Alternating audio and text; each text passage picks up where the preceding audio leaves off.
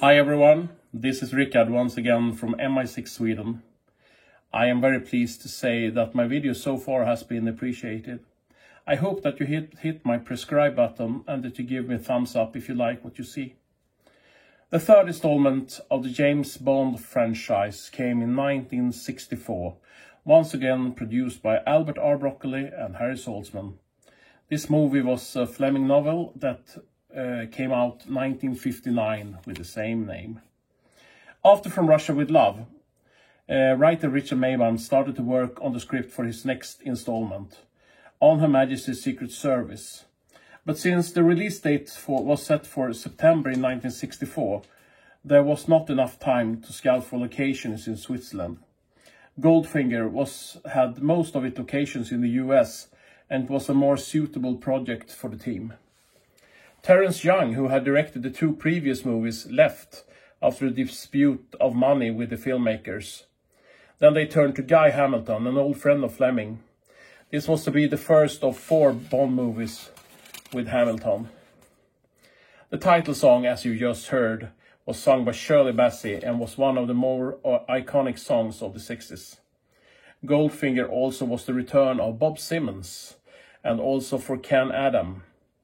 Without them, Goldfinger wouldn't have been Goldfinger as we know it.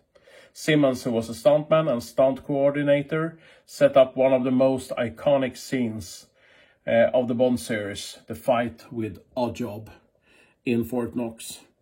And Adam, who was the production designer, made the most thrilling environments ever seen on the screen. The opening sequence in the drug lab, Goldfinger's country house, and of course the inside of Fort Knox. Most of the filming took place in Pinewood Studios in England, and it is told that the only actor present in Miami after the pre-credits was Zach Linder, who played Felix Leiter. He was the only actor present at the Fontainebleau Hotel. The rest of the cast, Connery, Phoebe, Eaton, Margaret Nolan, and so on, all did their scenes at Pinewood at a later stage. Connery was in the US, but he was filming another movie at the time, the movie Marnie, and it was by Alfred Hitchcock. Bond crosses paths in this movie with Auric Goldfinger, as you see in this picture. He was played by Gert Frube, a German actor. The producers was to cast Orson Welles as the villain, but he turned the role down. They tested a few other actors, but none of them had what it took. Frebe got the part because Saltzman had seen him in a German movie as a child molester, where he was quite scary. When he came over to do the screen test, they signed him immediately. They loved what he did. They didn't know at that time that Frebe didn't speak English. He had to learn his lines phonetically to pass the screen test, so that's what he had to do for the rest of the movie. They took in a dub actor, a TV actor named Michael Collins to dub him. And even today, this is one of the best dub jobs you can see in the cinematic history. What would a Bond film be without some nice ladies? Honor Blackman was selected as Pussy Galore because of her performance on TV in The Avengers. And the producers thought of changing her name to the not so provocative Kitty Galore, but they decided to keep it. The censorship board in the US was not at all pleased with it. Then there was Tanya Mallet, Shirley Eaton, Margaret Nolan, and so on. The henchman. The henchman's henchman, if you like, Oddjob. He was cast by Harold Sakata, played by Harold Sakata. Few people knew that he was an Olympic silver medalist in weightlifting before he did this movie. And he was also a professional wrestler. Oddjob's weapon of choice was this one, his hat. A hat with razor-cut steel blades. In the movie, we also get to visit Q Branch for the first time, and Bond gets his Aston Martin DB5. When Desmond Llewellyn filmed the scene, Guy Hamilton came to him and said, "Bond is not your friend. You have no respect for this man. He is annoying and he doesn't take care or appreciate the things you give him. Act like you despise him. And this is what we see in the movie. Goldfinger was a great success and brought the house down with earnings of over $125 million in 1960s. Demands for the film was so high that the DeMille Cinema in New York had to open 24 hours a day in over a month, playing Goldfinger over and over and over again at full houses. And the Bond fever has now started for real.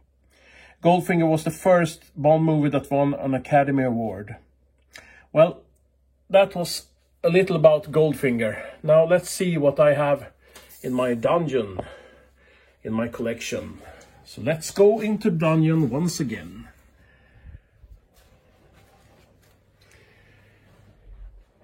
And I think we will start here on the floor. Here we have my 007 figures in red on the floor. Okay, let's start with some photos. This is Margaret Nolan, who played Dink. Of course, she has signed it, as you can see. And then we have here Shirley Eaton. Maybe not the best one. I'll do it like this. We have this one I like. This is the whole Tanya Mallet, Honor Blackman and Shirley Eaton signed inside the Fort Knox. One of my Sean Connerys with his Aston Martin. And this is from the beginning of the movie. Nadia, who tries to lure Bond in a trap in the beginning of the movie. This is one of my rental movies on VHS, Goldfinger, from maybe the 1980s, something like that. Okay, we start at the bottom. Of course, Fort Knox. You have to have Fort Knox in the Goldfinger cabinet. And with his billiard cue, a very good likeness. This is from Big Chief Collectibles. And this is, of course, Gert Frobe as Auric Goldfinger. This one lights up if you want to. Then you have the ambulance with a laser on top of it. Maybe you can see it like that. And we have one of the Goldfinger cars, Johnny Lightning. Here we have Gilbert. Gilbert Toys, Goldfinger.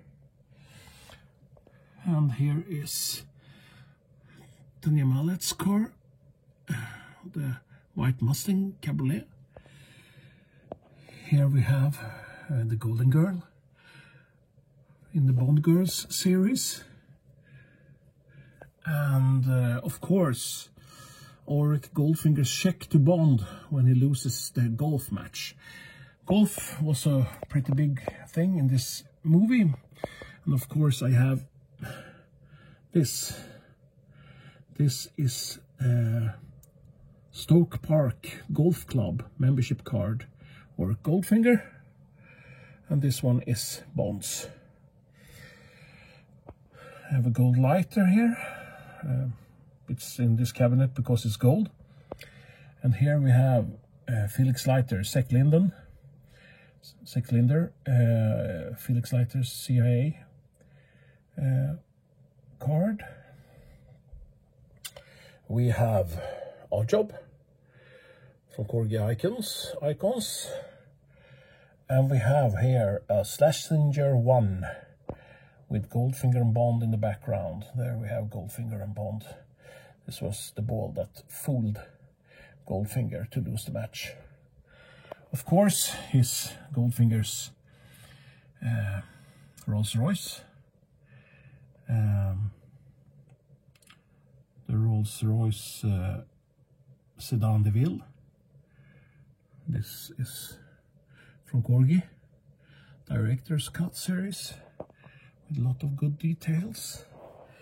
And here we have the 007 Penfold Hearts series. So I have a lot of these balls, golf balls. And then I have this one, the gold bullion that Bond throws from the Nazi treasure. Of course, I don't like the writings on it, but this one is a replica, so it has to look like this. Okay, on the next level here we have Bond's car without any roof being chased in the alley, and it's being chased by the bad guys in this Mercedes. Here we have Bond's car in Switzerland, and here we have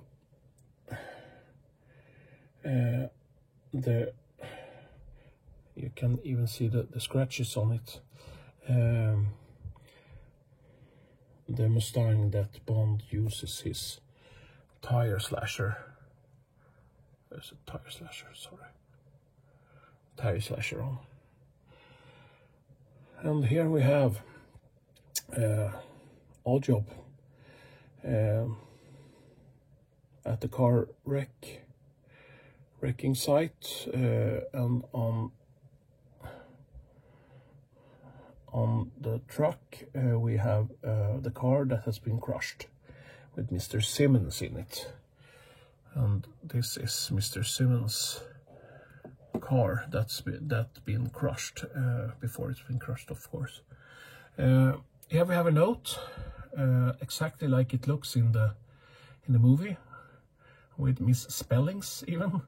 I don't know why Sean Connery misspelled, but this is how it looks exactly in the movie, and this is what he puts in Mr. Simmons' pocket. And of course, Mr. Bond himself, Sean Connery, with a Walther PPK and a Homer in his hand. And here we have Pussy Galore. Great likeness, I think. With a revolver. And here we have something interesting. Here is the Homer with the little Homer. As you can see, this is the big Homer that Bond puts in Goldfinger's car, and this is the little one who's magnetic, and that Bond has in the heel of his shoe. Here we also have some things from the 60s, some toys from the 60s. We have Gilbert's pool table. If you turn it over, you see Fort Knox and Goldfinger's map. And of course, Bond. I don't know what happened to Bond. He's laying with his face down. But this is the table, the Goldfinger laser table. And here, with his hats, also great likeness, Harold Sakata as Oddjob. I love this figure. Here we have Aston Martin with working functions, working details on it. I have a lot of Aston Martins, and we'll do a whole video on the Aston Martins later on. Okay, we move up to the upper floor here. I have a bottle, special bottle here, with some Swiss chocolate liqueur in it, and with the Goldfinger markings on it, stamps on it. A very nice bottle. I have a puzzle here in the background, Bond and Oddjob. I have, of course, Oddjob's hat. And I have Goldfinger's revolver. The gold-plated Colt, Custom Colt Police from 1908. Very nice. And this is Shirley Eaton, signed when she's the golden girl. Tilde Masterson. Jill Masterson. Goldfinger. I will go over here and show you some more things. This is also a Connery signed car. And this is my Skeletrix from Goldfinger with working features. It has, you can pop out the bad guy when you drive, and it has the bulletproof screen and so on, retractable machine guns and everything. This is a very nice collector's gift, and it's numbered. Oh, maybe you can see that, but it's numbered. Well, that's I think that's all. I have down here, I have a Goldfinger Swedish poster. So maybe I will finish off with this. Hope that you have enjoyed my video on my Goldfinger collection, and hope to see you next time when it's time for Thunderball. Well, this is Rickard signing off for MI6 Sweden. Bye.